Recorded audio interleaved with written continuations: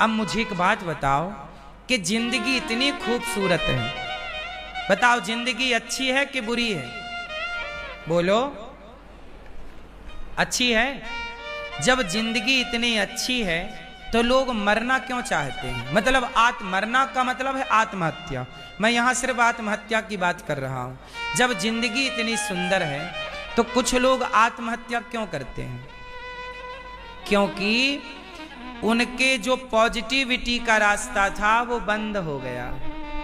दरवाजे जो थे ना मेरी माँ, वो सकारात्मकता के दरवाजे, अब केवल एक दरवाजा खुला है, केवल नेगेटिविटी का, नकारात्मकता का। इतनी नकारात्मकता भर ली कि अब सारे दरवाजे बंद हो गए।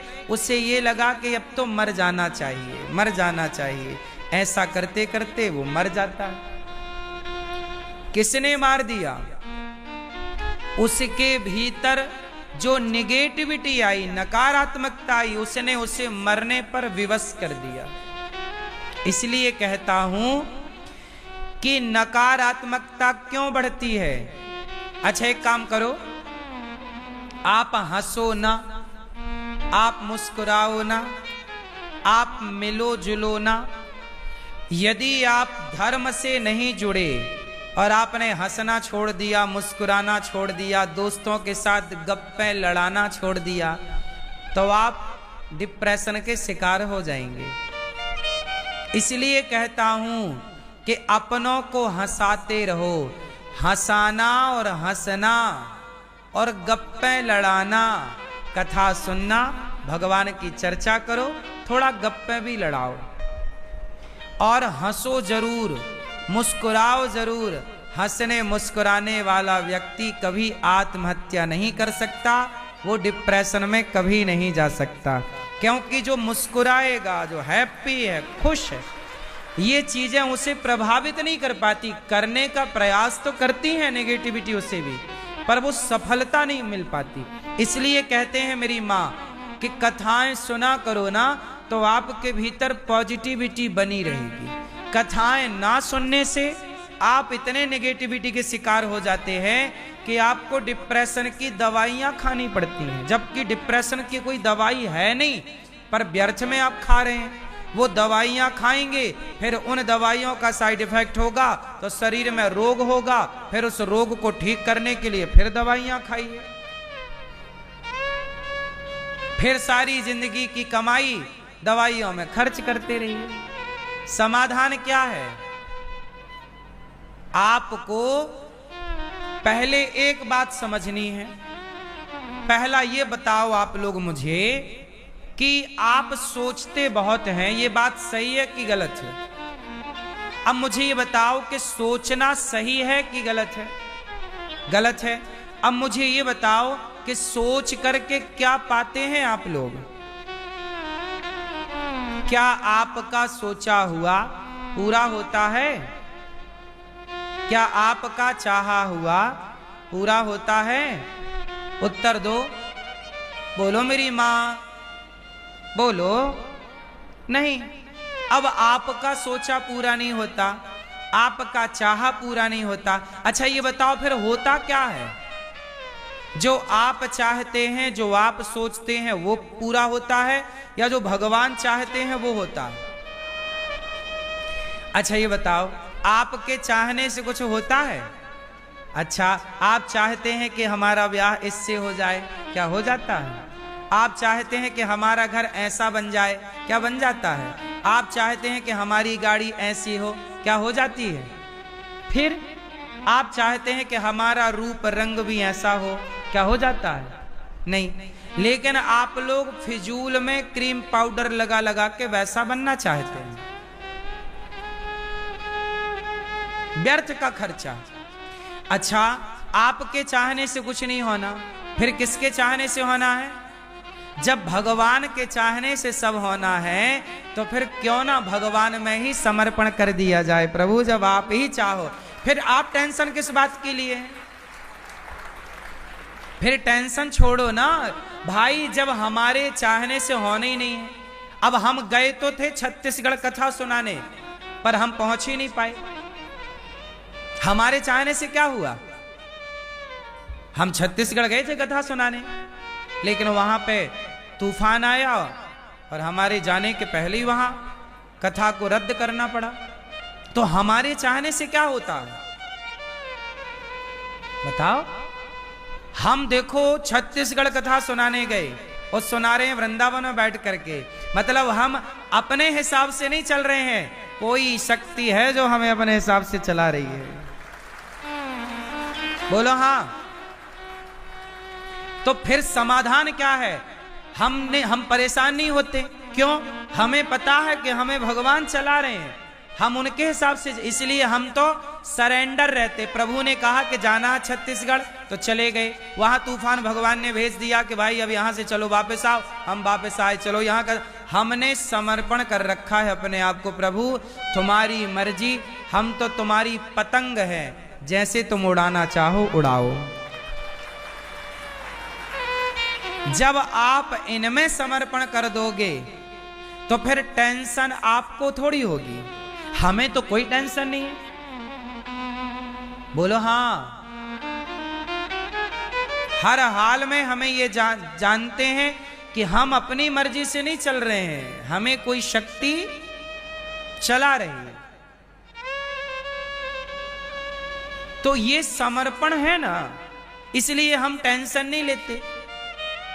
आप टेंशन लेते हो, आपको लगता हम कर रहे हैं, आपको लगता बेटी का ब्याह हमें करना है, मैं बेटी का ब्याह अब जब बेटी का ब्याह तुम्हें करना है तो टेंशन तुम्हारी ही होगी, और आप कहती हो बेटी का ब्याह हमें करना है। नहीं, जिसने बेटी को आंख दी है, जिसने बेटी को पांव दिए हैं, ये बताओ तुम्हारी बेटी को आंख किसने दी है?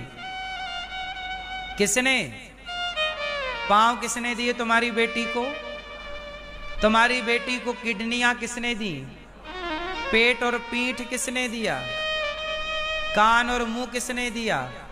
जिस परमात्मा ने तुम्हारी बेटी को बनाया है, उसे गोरा या काला बनाया है, लंबा या ठिनगा बनाया है, जिस परमात्मा ने उसे रूप रंग दिया, जिस परमात्मा ने उसे आंख कान हाथ पांव नाक दिए, क्या उस परमात्मा को चिंता ना होगी कि ये ब्याह के लायक हो गई है तो अब इसका ब्याह भी करना? जिसने आंख नाक कान बनाई है, उसी परमात्मा ने उस लड़की के लिए एक वर भी बनाया होगा, लड़का भी बनाया होगा, जो आगे चलकर इसका पति होगा। जोड़ी तो सब ईश्वर बनाए ना भेजते हैं। बेटी पैदा हुई तुम्हारे घर तो उसका पति भी कहीं पैदा हो रहा होगा आसपास। तुम्हारे घर लड़का पैदा हुआ तो उसकी जोड़ी भी किसी ना किसी घर में पैदा हो गई होगी, और बाद में एक टाइम के बाद वो मिल जाते हैं, जिसे आप विवाह कहते हैं। आप प्लानिंग करो, टेंशन ना लो, ये विश्वास रखो कि जिस परमात्मा ने मेरी बेटी बनाई, मेरा बेटा बनाया, उसने ही इसके लिए इसकी जोड़ी भी बनाई होगी। जिस परमात्मा ने हमारा जीवन दिया है, वही परमात्मा हमारे जीवन को व्यवस्थित रखने की व्यवस्था भी कर रहा है। देखो ना, आप जब पैदा हुए तो आप रोटी खा नहीं सकते थे, आप उस समय पानी पी नहीं सकते थे, खिचड़ी और दलिया आप खा नहीं सकते थे। तब उसी को चिंता थी ना, तुम पैदा हुए तो पैदा होते तुरंत माता के आंचल में तुम्हारे लिए मीठा मीठा दूध भर दिया। चिंता थी तब ना दूध की सप्लाई चालू हो गई। ना होता तो तुम पैदा हो के फिर दलिया खा लो, तो खा लो खिचड़ी, खा लो मुर्गी की टांग, खा लो मछली। परमात्मा ही ना है जो तुम्हारे पैदा होते ही तुम्हारी मां के आंचल में दूध भर रहा है? तुम क्यों नहीं देख पाते इस शक्ति को? तुम क्यों नहीं ईश्वर के हिसाब से चलते? अपना हिसाब किताब क्यों चलाते हो साहब? इसी से तुम तनाव में, डिप्रेशन में, चिंता में घिरे रहते हो। तुम अपने हिसाब से चलाना चाहते हो। अच्छा, दो लोगों का नाम सुनो, अर्जुन और दुर्योधन। दुर्योधन को भी भगवान श्री कृष्ण ने अपने हिसाब से चलाना चाहा था। क्या कृष्ण के हिसाब से दुर्योधन चला? गए थे ना, 5 गांव दे दो दुर्योधन। दुर्योधन क्या बोला? मैं सुई की नोक बराबर भूमि नहीं दूंगा। कृष्ण ने तो अपने हिसाब से चलाना चाहा था, पर दुर्योधन कृष्ण के हिसाब से नहीं चला, वो शकुनी के हिसाब से चला। जबकि अर्जुन कैसे चले? अर्जुन कृष्ण के हिसाब से चले। जो कृष्ण के हिसाब से चले वो जीत गए, जो कृष्ण के हिसाब से नहीं चले हार गए। सिंपल फंडा है ना साहब।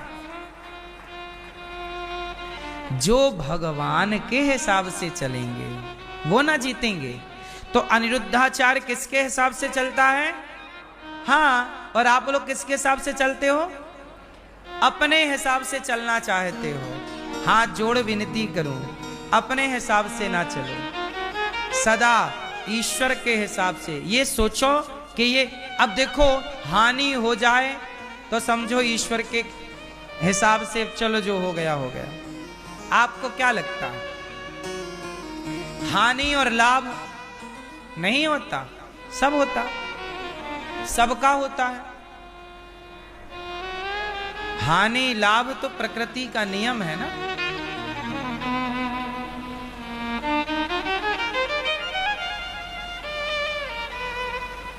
अब देखो छत्तीसगढ़ में कथा थी, टेंट लगा, टेंट गिर गया, हानि हो गई टेंट वाले की। साउंड लगा, साउंड गिर गया, हानि हो गई। गाड़ियां पहुंच गई, सिस्टम पहुंच गया, पहुंचने में 2 दिन लगा, वापस होने में 2 दिन लगा। ट्रांसपोर्ट की व्यवस्थाओं से हानि तो हो ही गई। लेकिन ये हानि और लाभ ये प्रकृति का नियम है। इसलिए कभी हानि आए तो घबराना नहीं, और लाभ आए तो अभिमान में नहीं जाना। हर हाल में सम रहना है। हानि लाभ चलता रहता है, जीवन है। इसलिए हानि को भी ईश्वर की कृपा मानो और लाभ को भी ईश्वर की कृपा मानो, क्योंकि गन्ना बनाने वाला भी ईश्वर है और कड़वी नीम बनाने वाला भी ईश्वर है। ईश्वर ने दोनों को बनाया है। यदि हानि ना होती तो लाभ की वैल्यू ना होती। लाभ की वैल्यू तब है ना जब हानि है। बोलो हाँ। रात ना होती तो दिन की कीमत ना होती, दुख ना होता तो सुख की कोई वैल्यू ना होती ना साहब।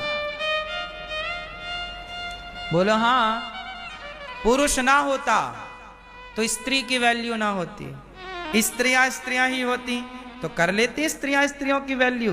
वो तो पुरुष है जो तुम पे मर रहा है, वरना तुम पे कोई स्त्रियां मरे? हाँ क्यों मैया, सही है गलत है? इसलिए पुरुष ना होए तो स्त्री की कोई वैल्यू नहीं, स्त्रियां ना होए तो पुरुषों की वैल्यू नहीं। इसलिए परमात्मा ने बहुत सिस्टम से संसार बनाया है। इसलिए धन्यवाद निर्विवाद राम राम कहिए, विधि का विधान जाने, हानि लाभ सहिए, और जाही विधि राखें राम ताही विधि। अच्छा एक बात बताओ मैया, आप लोग इतना कुछ सोचते हो, क्या पा लेते हो सोच सोच कर? तो आज से कितने लोग मेरी बात से सहमत हैं? बेटी का विवाह हो जाएगा, टेंशन लेने का नहीं। आपका घर बन जाएगा, टेंशन लेकर के नहीं। काम ए अर्जुन तू कर्म कर। क्या कह रहे हैं कृष्ण? तू अपना देखो, छत्तीसगढ़ में गया कथा सुनाने, उसके पहले कथा थी यहां पर, फिर मैं गया कथा सुनाने। कथा वहां नहीं हो पाई, रद्द हो गई। मैं चाहता तो 2-4 दिन थोड़ा रेस्ट कर लेता कि चलो वहां रद्द हो गई, अब मैं थोड़ा विश्राम कर लूं, 4-6 दिन मिला है तो विश्राम कर लूं। लेकिन मैंने विश्राम को नहीं चुना, मैंने काम को चुना। मुझे विश्राम नहीं करना। क्यों? क्योंकि गीता में भगवान ने यही तो कहा है कि तू कर्म कर, फल मैं दूंगा।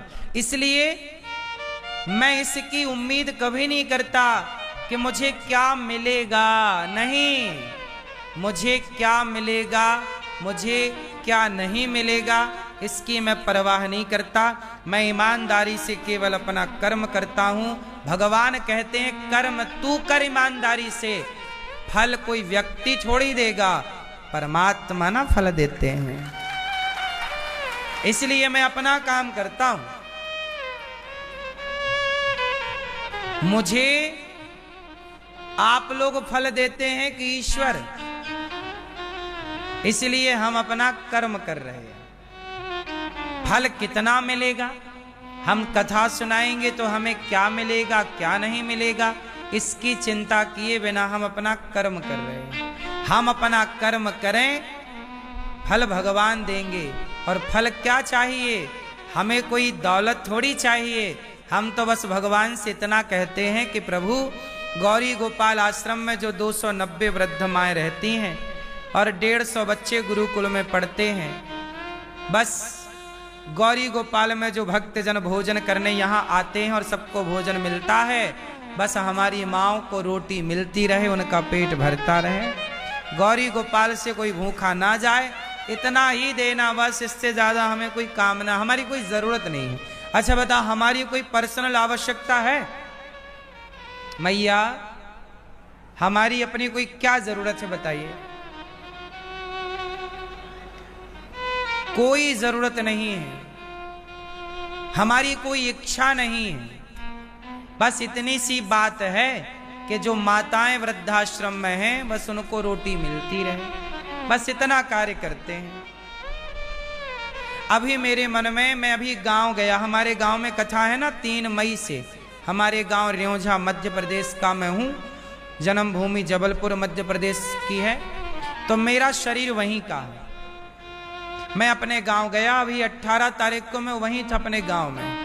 तो पता है मेरे गांव के सारे लोग बेचारे सामान्य लोग हैं, गरीब तबके के लोग हैं। मैं भी बचपन में आपको बता चुका हूं कि भीख मांगता था, तो मैं भी कोई धन्ना सेठ घर से नहीं हूं, मैं भी भिखारी ही हूं। बचपन में भीख मांगकर मेरा गुजारा होता था, आप सबको ये बात पता है। तो मेरे गांव में ना क्षेत्र, मेरा जो क्षेत्र है सामान्य लोगों से ही भरा हुआ है। हमारे गांव के लोगों ने, हमारे क्षेत्र के लोगों ने मेरे से कहा अभी 18 तारीख को कि महाराज जी, गुरु जी, अपने गांव में, अपने क्षेत्र में स्कूल नहीं है अच्छे, हमारे क्षेत्र में अच्छे स्कूल की थोड़ा कमी है, जो हैं वो बहुत महंगे हैं मैया। अब महंगे महंगे स्कूलों में हमारे क्षेत्र में ना किसान लोग रहते हैं, किसी की 2 एकड़ खेती है, किसी की 5 एकड़ खेती है,